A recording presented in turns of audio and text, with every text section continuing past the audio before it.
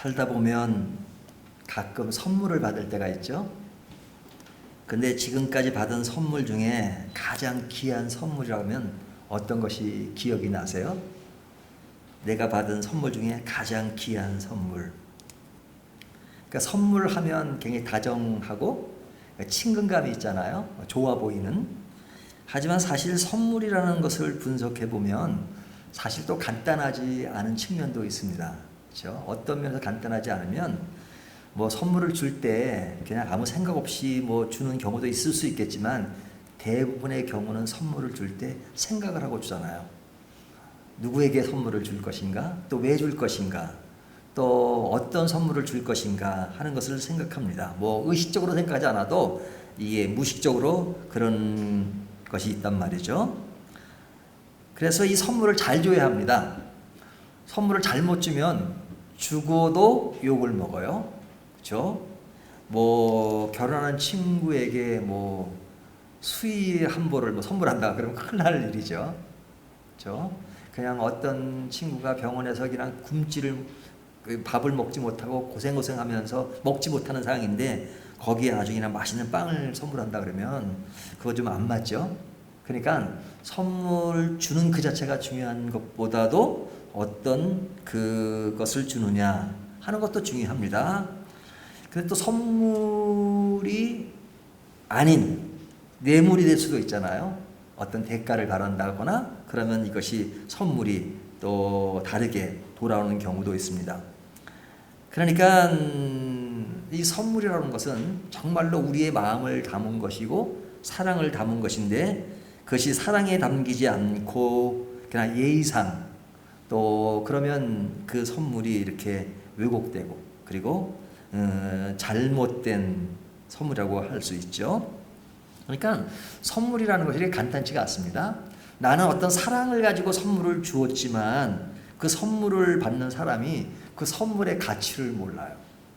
그러면 참 그것도 선물의 중요한 것을 잃어버리는 거죠. 어떤 사람이 조그마한 텃밭을 하나 가졌습니다. 농사를 지었어요. 그 텃밭을 농사를 지어야 뭐 얼마나 나오겠어요. 하지만 정성껏 농사를 지은 것이기 때문에 그 하나하나가 그 아주 귀한 거예요. 그래서 거기를 몇 개를 탁 해가지고 친한 친구에게 줬습니다. 뭐 그 텃밭이 크지 않으니까 그것이 뭐 줘야 얼마나 되겠어요. 딱 줬더니 그 친구가 이런 얘기를 하더래요. 내가 들은 얘기예요. 아 이거 내가 사면 한 2,000원밖에 안 되겠네. 예, 내가 사면 2,000원밖에 되지 않겠네. 그 말에 아주 실망을 했다는 얘기를 제가 들은 적이 있습니다. 돈이 문제가 아니라 정말로 귀하게 생각하고 귀한 것을 선물로 주었는데 그 사람은 고작 그 마음을 잃지 못하고 2,000원 그것을 생각한 겁니다. 그냥 선물이 왜곡된 것이죠. 그렇기 때문에 선물이 참 어려운 겁니다. 사람들은 선물의 가치를 돈의 액수 이것을 가지고 따질 때가 있잖아요. 어떤 드라마를 보니까 재벌이 나옵니다. 이 재벌. 뭐 재벌이니까 가지고 있는 물건들이 다 크지요. 다 명품들이고 그 집이 딱 영화에 나오는데 보면 그 드레스룸에 보면 이렇게 핸드백이 쫙 걸려 있습니다. 아주 뭐 수백만 원, 수천만 원짜리 되겠죠. 근데 이 재벌이 사랑에 빠졌습니다. 그래서 외국에서 어떤 남자를 만나게 되는데 이제 같이 걸을 때 너무 이제 급이 높아가지고 그것을 벗게 됐는데 그 남자가 그 사람에게 아주 길거리 지나가면서 이 신발을 하나 사준 거예요.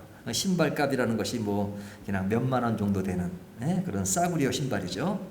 하지만 그 재벌이 그 사랑에 빠지니까 그 신발을 집에다 딱 간직을 합니다.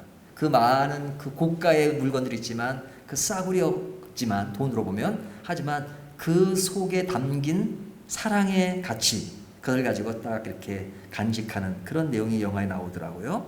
그러니까 이 선물이라고 하는 것은 선물 그 자체보다 그것을 준 사람의 마음이 크게 달려있다라고 말할 수 있습니다. 자 그렇다면 처음으로 돌아가서 우리가 지금까지 받은 선물 중에 가장 귀한 선물은 무엇이라고 생각합니까? 뭐 다 기억이 안 나더라도 오늘 본문이 말씀해주는 가장 귀한 선물은 무엇일까? 어떤 것이라고 생각하세요? 한마디로 이야기하면 하나님이 주신 선물이 가장 귀합니다. 그렇죠? 자, 이 하나님이 주신 선물이 왜 귀하냐? 이것은 두말할 나위가 없이 하나님이 주신 선물, 하나님이 주셨기 때문에. 그렇죠? 하나님이 어떤 분이십니까? 우리가 감히 쳐다볼 수도 없고, 감히 동등하다고 말할 수도 없고, 감히 다가갈 수 없는 그분이 인간을 창조하시고 세상을 창조하시고 우리를 구원하시고 우리를 선한 길로 인도하시는 분, 완전하신 그분이 우리에게 선물을 주셨어요. 그렇다면 그 선물은 내 생에 가장 귀한 선물이 아니겠어요? 근데 그 귀한 선물이 무엇이냐? 그것은 복음입니다. 복음. 하나님이 주신 선물, 복음이라고 말할 수 있죠. 그래서 이제 오늘 본문은 그 복음에 관한 이야기를 하는데, 이 복음은 누가 주신 거예요? 하나님이 주신 것이란 말이죠. 하나님이 인간을 구원하기 위해서 주신 것입니다. 그러니까 인간을 구원하시기 위해서 주신 선물이기 때문에 그 안에는 뭐가 가득 담겨 있어요? 하나님의 사랑이 담겨 있죠. 하나님이 우리를 최고로 사랑해서 주신 선물, 돈으로 환산할 수 없는, 어떤 것과도 환산할 수 없는 가장 귀하고 가장 큰 선물을 누가 주셨냐? 하나님이 주신 것입니다. 그렇기 때문에 우리가 살아가면서 지금까지 받은 선물에 대해서 여러 가지를 나열할 수 있지만 어느 누구도 크리스찬이라면 이것보다 큰 선물은 없을 겁니다. 하나님이 주신 선물, 우리를 구원하시기 위해서 주신 선물. 근데 하나님이 이 구원의 선물을 그냥 어느 날 갑자기 생각나서 그래 내가 줄게 이런 것이 아니고, 하나님은 이 구원의 선물, 복음의 선물을 주기 위해서 굉장히 오랫동안 준비하신 겁니다. 즉흥적으로 주신 것이 아니라 굉장히 오랫동안 준비하고 주신 거예요. 그래서 오늘 본문에 보면 사실은 그 선물이 되어지기까지 과정이 자세히는 설명이 안 됐지만 전체 흐름 속에 나타나 있습니다. 자, 우리가 성경을 분류할 때 두 개로 분류하죠. 무엇과 무엇으로 분류하죠? 크게 구약과 신약, 그러죠. 구약이라고 하는 것은 옛 약속, 또 신약은 새로운 약속. 근데 약속입니다. 그러니까 누구에 대한 약속이냐면 복음의 핵심인 예수 그리스도에 대한 약속이에요. 근데 예수 그리스도가 하나님이 우리에게 주신 복음의 핵심이잖아요. 선물의 핵심이잖아요. 그 핵심이 예수 그리스도인데, 예수 그리스도가 오셔서 우리를 구원하시기까지 준비된 그 기간이 엄청 길잖아요. 인간이 타락하고 그릇되게 나갔던 인간에게 하나님은 예수 그리스도가 오시기까지 무엇을 보내셨어요? 선지자를 보내셨고, 선지자를 통해서 메시아가 오실 것이다, 그렇게 약속하셨잖아요. 그것이 구약이에요. 그리고 율법을 통해서 모든 인간은 죄 가운데 있다, 죄가 해결되어야 한다, 해결되기 위해서는 복음이 필요하다 하는 것을 알려주신 거잖아요. 그러니까 구약을 통해서 신약이 온단 말이죠. 그러니까 그런 것을 이루기 위해서 하나님은 긴 시간을 준비하셨죠. 예수 그리스도가 오실 때까지 우리에게 주실 그 귀한 선물을 준비하고 계신 겁니다. 그러니까 하나님의 사랑이 듬뿍 담긴 그 선물을 한순간에 즉흥적으로 주신 것이 아니라 우리를 생각하시고 우리의 내일을 생각하시고 우리의 영원함을 생각하시고 준비하시고 긴 세월 동안 마련해서 준 선물. 그것이 뭐예요? 구원, 또 복음, 이렇게 말할 수 있죠. 복음의 상자를 딱 열어보니까 그 핵심은 예수 그리스도신 것입니다. 그렇기 때문에 예수 그리스도가 우리 안에 계실 때 우리에게는 인생의 가장 큰 선물을 지니고 사는 것입니다. 그래서 그 선물이 얼마나 큰 것인가 하는 것들을 본문은 이렇게 이야기합니다. 11절을 보면요, 내가 너희 보기를 간절히 원하는 것은 어떤 신령한 은사를 너에게 나누어 주어 너희를 견고하게 하려 함이니. 자, 여기 신령한 은사란 말은 뭐예요? 영어로 gift, 선물이란 말이에요. 하나님이 우리에게 주신 선물, 신령한 선물. 그 선물, 이 선물은 우리를 신령하게 만들어요. 그 신령한 그 은사는 우리를 어떻게 한다고요? 뒤에 보면 너희를 견고하게 하며, 견고하게 한다. 우리 어떤 인생에 흔들림이 많고 넘어짐이 많은 우리들에게 하나님은 딱 견고하게 만드신다 그래요. 그러니까 하나님 주신 선물, 그 선물을 가지면 우리를 어떻게 만들어요? 견고하게 만들어요. 견고하게 만들어요. 우리 인생에 고달픔도 많고 외로움도 있고 고독도 많지만 이런 사람들에게 이 선물은 12절 이는 곧 내가 너희 가운데 너희와 나의 믿음으로 말미암아 피차 안위함을 얻으려 함이라. 우리에게 뭘 주신다고요? 안위함. 그렇죠? 우리가 위로가 되고 소망이 이루어지고 희망이 있고 평안이 있고 그리고 마음에 그런 안락함을 가지고 설 수 있도록 만든단 말이죠. 뭐가? 하나님이 주신 복음의 선물이. 복음의 선물이 우리를 지배하게 되면 우리에게 견고함이 있고 안위함이 있고, 그리고 13절을 보면 형제들아 내가 여러 번 너희에게 가고자 한 것을 너희가 모르기를 원하지 않으니 이는 너희 중에서 다른 이방인 중에서 같이 열매를 맺게 하려 함이로되. 열매를 맺는다고 말하죠. 열매를 맺는다. 복음의 열매. 이 복음의 열매가 뭐냐? 한마디로 이야기하면 17절에 있는 것처럼 복음에는 하나님의 의가 나타나서 믿음으로 믿음에 이르게 하나니 기록된 바 오직 의인은 믿음으로 말미암아 살리라.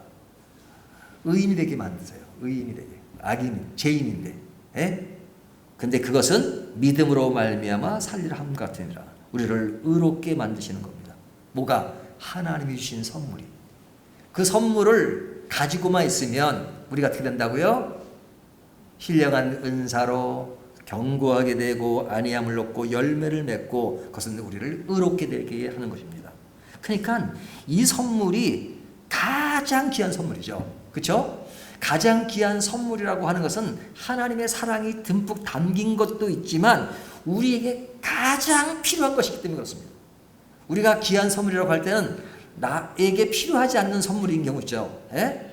나는 별로 뭐 이런 어떤 그 무슨 전자제품에 관심이 없어요. 근데 전자제품 비싼 거예요. 근데 줬어요. 그 가치가 있죠. 준 사람은 사랑으로 준 것이에요. 하지만 나에겐 그렇게 유용하지 않아요. 그러면 그 사람의 마음만 읽고 그걸 간직할 수는 있죠. 하지만 나에게 유용하진 않아요. 그래서 그 사람의 마음만 읽는 겁니다. 하지만 하나님이 주신 이 복음의 선물은 우리 인생에 가장 중요한 겁니다. 복음보다 중요한 것은 없습니다. 왜 복음보다 중요한 것이 없냐면 우리 인생의 가장 절박한 것은 뭐냐면 우리 인간이 죄인으로 사는 것이 가장 절박한 것입니다. 가장 비참한 것입니다. 죄인으로 사는 것. 죄인으로 사는 것이 왜 비참한 줄 아십니까? 성경은 이렇게 말합니다. 죄의 싹은 사망이다. 우리가 죄 가운데고 죄 안에 있는 모든 것 때문에 인간이 겪는 불행함, 인간이 겪는 괴로움, 인간이 겪는 아픔, 인간이 겪는 슬픔, 인간이 겪는 죽음, 이 모든 것이 죄 때문에 그런 것입니다. 죄 때문에. 그런 것 때문에 죄의 문제가 해결되지 않으면 인생에 진정한 평화가 없어요. 기쁨이 없어요. 안락함이 없어요. 영원한 천국이 없어요. 그렇기 때문에 죄의 문제는 우리 인생의 가장 심각한 것입니다. 이 문제가 해결되지 않으면 바른 인간의 모습이 아닙니다. 근데 어떤 누가 이 문제를 해결할 수 있습니까? 없습니다. 인간 스스로가 이 문제를 해결할 수 없어요. 하지만 하나님이 이거를 우리에게 선물로 주셨어요. 사랑의 선물로. 아무런 대가를 바라지 않고 우리에게 선물로 주셨어요. 그러니까 가장 귀한 선물이죠. 이것으로 우리에게 영원한 생명을 얻고 영원한 것을 가지게 된 것이니까 가장 귀한 선물이죠. 근데 이 귀한 선물을 우리가 언제 받았죠? 이미 받았어요. 이미 받았습니다. 근데 이미 받은 이 선물을 누리지 못하면 뭡니까? 이 선물을 누리지 못한다는 것. 이 선물로 인해서 우리가 견고해지고 안위함을 얻고 열매를 맺지 못하고 의롭게 된 삶을 살지 못한다면 이 선물을 받고도 그 선물의 가치를 못 느끼고 있는 거잖아요. 하지만 이 글을 기록한 바울은 이 선물에 대해서 너무너무 귀하고 너무너무 중요하고 그래서 이 선물에 대해서 감당할 수 없을 만큼 기쁨과 감사함에 젖어 있습니다. 그러니까 이 선물을 혼자만 간직할 수가 없어요. 그러니까 사람들에게 알려줘야 돼요. 이 선물을 줘야 돼요. 그 사람들이 이 선물을 받으면 삶이 변하고 인생이 변하는 것이니까 이 선물을 알리기를 원했어요. 근데 그 당시에 로마가 가장 큰 지역이었습니다. 로마에 복음이 들어가기만 하면 이 로마를 통해서 많은 곳에 복음이 전파될 수 있는 그런 상황이었습니다. 그러니까 바울은 어떻게 해서든지 로마에 가서 이것을 전하고 싶었어요. 하나님이 이 선물, 복음을 전하고 싶었어요. 하지만 그것이 마음대로 되지가 않았어요. 로마에 그렇게 가고 싶었어요. 그래서 오늘 본문을 보면 내가 너희에게 가기를 원한다. 그러지만 잘 되지 않는다. 그래서 로마서의 그 내용들은 사실은 바울이 로마에 가지 못했기 때문에 쓰여진 겁니다. 이것이 바울이 가서 하나님 주신 이 선물 복음에 대해서 전해야 되는데 가지 못하니까 그냥 편지를 보낸 거예요. 편지를. 그 편지가 뭡니까? 우리가 오늘부터 시작하는 로마서인 겁니다. 근데 그 로마서가 그 당시에 바울이 가지는 못했죠. 물론 나중에는 갔습니다. 죄수로 가게 됐지만 그 로마서가 쓰여짐으로 인해서 그 로마서의 선물이 누구에게까지 전달이 되죠? 오늘 우리들에게도 전달이 됩니다. 그러니까 로마서가 1장부터 16까지 쭉 보면 아주 복음에 관해서 아주 섬세하고 아주 정확하게 논리적으로 나열이 되었어요. 그래서 저는 이 로마서를 읽지는 못해요. 제가 3대째 기독교 가정에 태어났습니다. 저희 아버지, 할아버지가 다 크리스찬이셨어요. 그러니까 기독교 초창기 때부터 예수를 믿었습니다. 뭐 성은이는 4대째인데 뭐 그것이 그렇게 중요한 건 꼭 아니지만 그러나 이렇게 오랫동안 이렇게 기독교 신앙이 들어왔기 때문에 이게 기독교 문화에 익숙해요. 어떤 집안은 뭐 제사 드린다 그러잖아요. 저는 그런 거는 한 번도 해보지 않아서 그러면 익숙하지 않아요. 근데 아침에 일어나면 저희는 가정 예배를 드렸습니다. 아버지가 늘 찬송 부르고 또 성경을 읽었습니다. 근데 그냥 일어나면 당연히 그러해야 되는지만 알았지 정말로 구원이 무엇인지 복음이 무엇인지를 알지는 못했어요. 알지는 못했어요. 근데 제가 군대를 가가지고 군대에 입대한 지 얼마 되지 않았을 때 책을 읽었습니다. 그때 읽었던 책이 마틴 로이 존스 목사님의 로마서 강해였어요. 근데요, 그때 제가 지금도 너무너무 생생합니다. 아마 그걸 간증하라면 뭐 몇 시간도 간증할 수 있을 것 같아요. 제가 그걸 책을 읽는데 뭐 하루 이틀에 읽은 것이 아니죠. 몇 달이 걸렸습니다. 뭐 다 읽은 건 아니었지만 그 책을 읽고 또 성경 이 로마서를 읽었습니다. 로마서 1장부터 16장까지.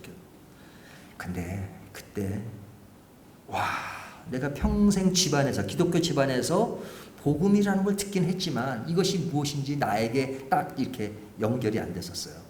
아, 근데 그때 말입니다. 로마서 읽는데 로마서가 이렇게 쫙 들어오는지 모르겠어요. 복음이 무엇인지, 하나님 주신 선물이 무엇인지. 근데 1장 18절부터 3장 21절까지 죄에 대한 문제를 다루는데 그 죄가 어떤 것인지, 아, 죄라는 문제, 막 죄라는 문제, 막 그게 막 느껴지기 시작하는 거예요. 죄라는 문제가. 그리고 3장 21절을 맞을 때 I'm sinner, 나는 죄인이다. 나는 죄인이다. 그럼 이 죄의 문제를 어떻게 해결할 것인가 하는 문제가 이제 3장 21절 이후부터 딱 등장하잖아요. 4장 아브라함을 통해서 얘기하고 5장에 대해서 쭉 얘기를 하는데 막 그런 것들이 그냥 하나하나 그냥 나한테 무슨 그냥 그 여백에 하나하나 메꿔주는 것처럼 쫙 들어오기 시작하면서 정말로 16장까지 와, 그때 느꼈던 그 감격, 기쁨, 그 제 평생에 내가 큰 것을 하나 남기고 싶으면 로마서 강해를 하나 남겨야 되겠다. 근데 애석하게도 제가 로마서 강해를 써보지를 못했어요. 다른 책은 13권이나 썼는데 로마서가 아직까지 못 썼나. 그러나 최후 내 인생의 마지막 작품은 로마서야 된다. 그렇게 생각을 합니다. 근데 이 로마서가 주는 이 선물, 이것은 굉장한 것이죠. 굉장한 것이죠. 그러니까 바울이 로마에 가지 못해서 쓴 이 편지가 당시에는 안타깝고 당시에는 이것이 정말로 더 잘 될 수 있는 길이 됐음에도 막혔던 것처럼 생각되었지만 그 막혔던 길이 오늘날 저를 포함해서 많은 사람들에게 세계 각국에 이 말씀이 전해지고 그것으로 인해서 많은 사람들이 복음으로 새롭게 됐다는 것이 얼마나 큽니까?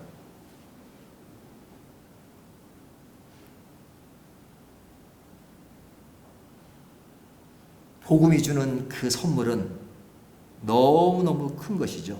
그래서 이 복음이 주는 그 가치, 내용, 그것은 우리에게 뭘 얘기하느냐. 우리가 복음을 제대로 이해하게 되면 사실 지금까지 알고 있었던 것과 다르게 이해되는 것이 너무너무 많습니다. 그것 중에 몇 가지를 지적한다면 첫 번째는요. 기독교는요. 종교가 아니에요.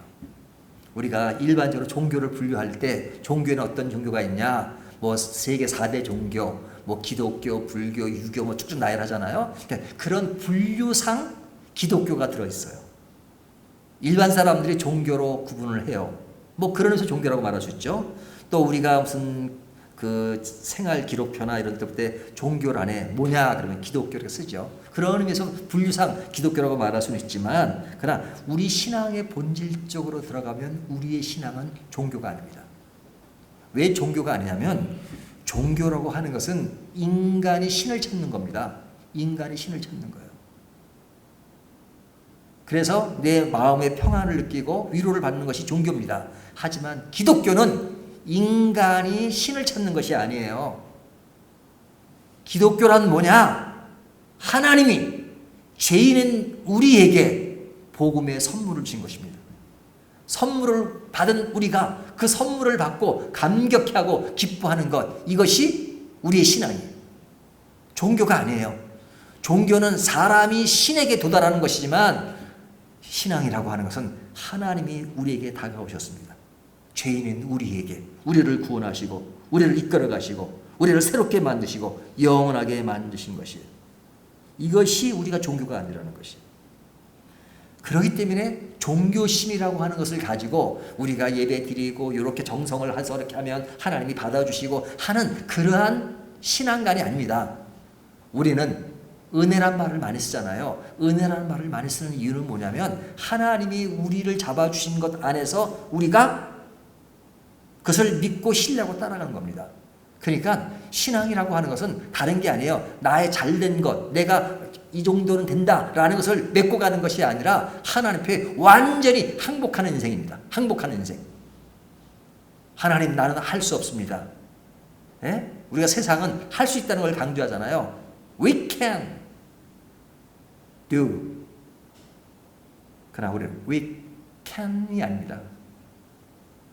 Not, cannot. 이것이에요. 아무것도 할 수 없어요. 우리는 할 수 없어요. 하나님이 하시는 겁니다.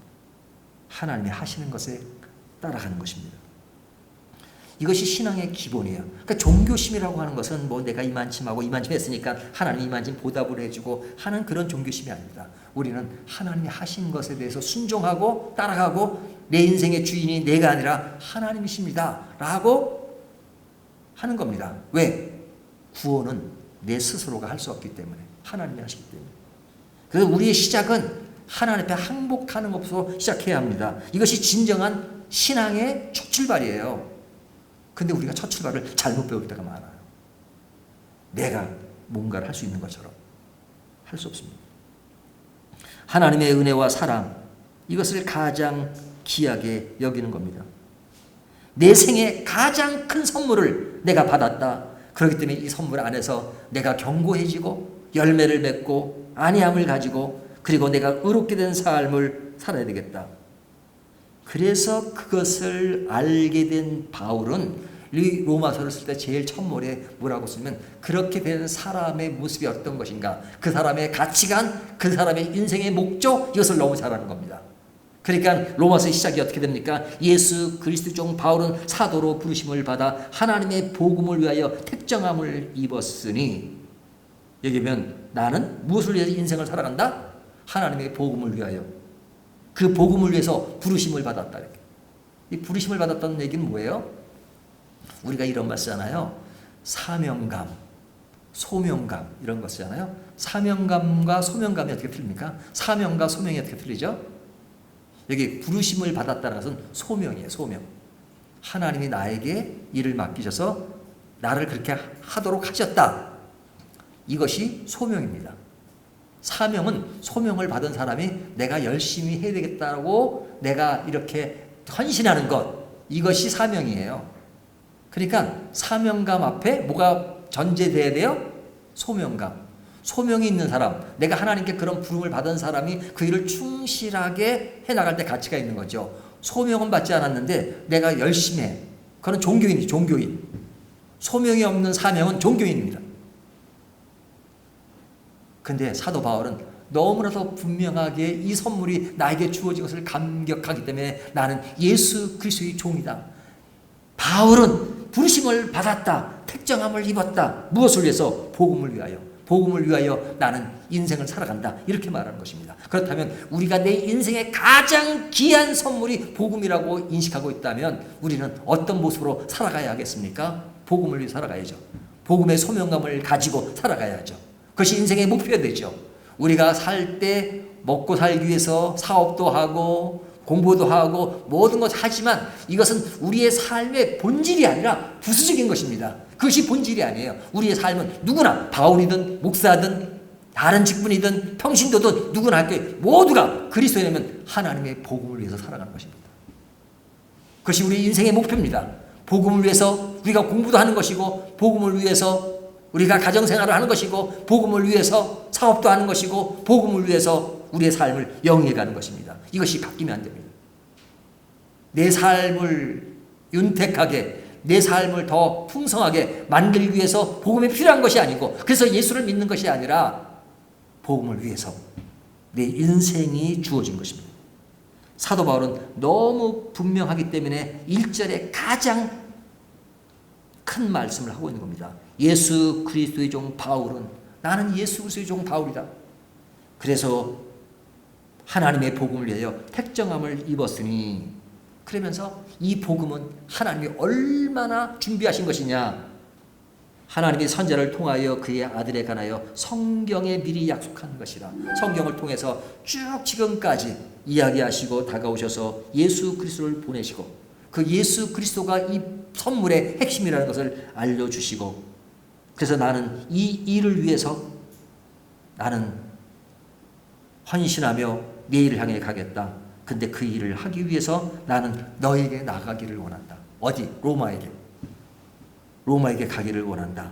하지만 로마에게 갈 수 없기 때문에 지금은 자기는 빚진 자의 심정으로 지금 이 편지를 쓰고 이 편지는 그 당시에 바울이 가지를 못했지만 그러나 편지를 먼저 가고 물론 나중에 가지만 그것을 통해서 로마에 있는 교회들에게 복음이 무엇인지 강렬하게 알려지게 됐죠. 그 복음의 색채가 복음의 내용이 오늘날 우리에게 주어져서 우리에게 복음으로 감격하고 기뻐하고 또 즐거워할 수 있는 것이 얼마나 감사합니까? 예수님은 한 권의 책을 쓴 적도 없습니다. 한 편의 노래도 작곡한 적이 없습니다. 한 편의 시도 남아있는 것이 없습니다. 하지만 이 세상에 가장 많은 이야기가 예수님에 관한 이야기입니다. 예수님 때문에 목숨을 건 사람도 많고 예수님 때문에 순교한 사람도 많고 예수님 때문에 자기 인생의 모든 것을 다 헌신한 사람들이 많습니다. 왜 그랬습니까? 그는 하나님 주신 가장 귀한 선물, 그 가치를 알았던 사람들의 이야기입니다.